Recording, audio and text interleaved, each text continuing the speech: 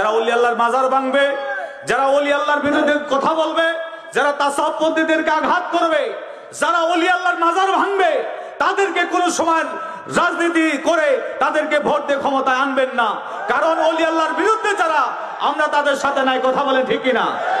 ওই রাজনীতি করবো না যে রাজনীতি ওলি আল্লাহদের বিরুদ্ধে চলে যায়, নবী রাসূলের বিরুদ্ধে চলে যায়। কথা বলেন ঠিক কিনা? আমাদের দেশে এমন কিছু আলেমরা কইছে, কয় যে আমাদের ভোট দিলে স্বয়ং আল্লাহর নবী পায়। নাউজুবিল্লাহ কোন? জোরে বলেন নাউজুবিল্লাহ। আচ্ছা বলুন তো, সিদ্দিক আবু বকর কত ভোটে জয়ী হয়ে সাহাবী হয়েছে? উত্তর দেন। ওমর রাদিয়াল্লাহু তাআলা কত ভোটে জয়ী হয়ে তিনি সাহাবী হয়েছে? তাদের কোনো ভোট লাগছে? গণতন্ত্র করছে?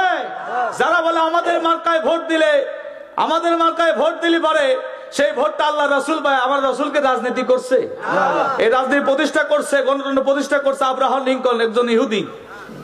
কথা বলেন না কেন? তো সেইটাকে যদি ইসলামের মধ্যে নিয়ে আসেন, এটা জাহিলিয়াতের কাজ হবে। কথা বলেন না কেন?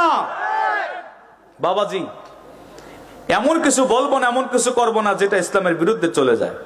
আপনি রাজনীতি করতেছেন করেন, কিন্তু ইসলামকে এখানে নিয়ে আসবেন না। ইসলাম ইসলামের মধ্যে থাকবে। তবে ইসলামের নিরাপদ হলো আল্লাহর ওলিদের কাছে। আল্লাহর ওলিদের কাছে সকলে নিরাপদ। কথা বলেন না কেন?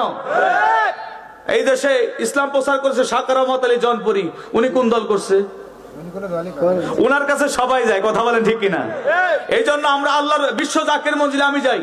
এখানে আমাদের বিশ্ব জাকির মঞ্জিল মুরিদ আছে, সেখানে বিশ্ব জাকির মঞ্জিলে অনেক নেতারা গিয়েছে। আপনারা জানেন শহীদ জিয়াউর রহমান, প্রেসিডেন্ট জিয়াউর রহমান, উনিও গিয়েছিলেন। উনি একদিন যশোর ক্যান্টনমেন্ট থেকে ঢাকা যাইতেছিল, হঠাৎ করে ওনার সাথে এক সেনাপতি গরু আটশি, মেজর জেনারেল শওকত সাহেব, উনি ওনার সাথে ছিলেন। গরু কাফেলা যাচ্ছে উত্তরবঙ্গ থেকে, গরু কাফেলা যাচ্ছে আটশিতে, কাফেলা করে তখন হেঁটে নিয়ে যাইতো নাকি? তো এখন হঠাৎ করে জিয়াউর রহমান সাহেব বলতেছেন, শহীদ জিয়াউর রহমান সাহেব বলতেছেন যে এই গরুগুলো এত সুন্দর করে সাজায় কোথায় নিয়ে যায়?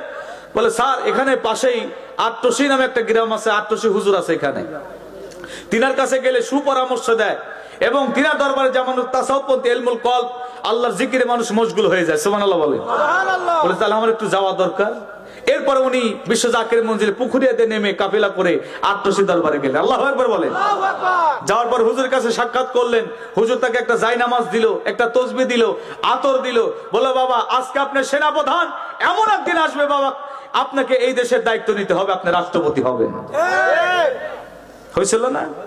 আমার হুজুর কাছে পরামর্শ নিয়ে আপনাদের এলাকার সন্তান একজন ছিল ইরশাদ সাহেব, উনি আমাদের দরবারে গেছেন।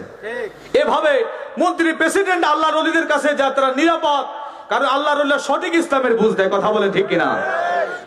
ভণ্ডদের কাছে যাবেন না বাবাজি, মনে কিছু নিয়েন না। আমি হক কথাগুলো বলি, আল হকুল মরুন, হক কথা বলে যদি নুরুল ইসলাম ফারুকের মতো যদি আমার কল্লা কেটেও ফেলেন, আলহামদুলিল্লাহ। আমার মা বাবা আমার জন্য দোয়া করে প্রতিদিন, আমার ছেলেকে আল্লাহর রহে আল্লাহর পথে কুরবানি করে দিলাম। আজকেও যখন আসছি মা বাবার কদম জিয়ারত, মা বাবার কদম চুমা খেয়ে আসছি, আমার মা কয় যাও আল্লাহর রহে বের হয়ে যাও। সুবহানাল্লাহ বলেন। কোনো ভয় নাই বাবা, সত্য ইসলামের কথা আমরা বলেই যাবে। কথা বলেন ঠিক কিনা? আর লেবাসদারি যারা আছে, আমাকে স্টেজ ওঠাকে বলে যে সঠিক ইসলামের কথা বলবেন। বাবা লিবাসদারি কিছু ইসলাম ওয়ালা আছে, যেমন জর্দার করতে আছে না, জর্দা 1 নম্বর জর্দাও আছে, 2 নম্বরও আছে।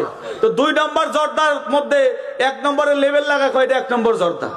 তো আমাদের মধ্যে টুপি জুব্বা ফাকরিওয়ালা নামে কিছু জাহেল আছে, যারা ইসলামকে আজকে খাটো করতে করতে তারা কয় মোনাজাত করার দরকার নাই, জানাজা নামাজ পড়ে দোয়া করার দরকার নাই, কবর জিয়ারত করার দরকার নাই, মিলাদ মাহফিল করার দরকার নাই, 40 করার দরকার নাই, বেদাতের ফতোয়া দেয়। এরা হলো লেবাসদারি ইসলাম।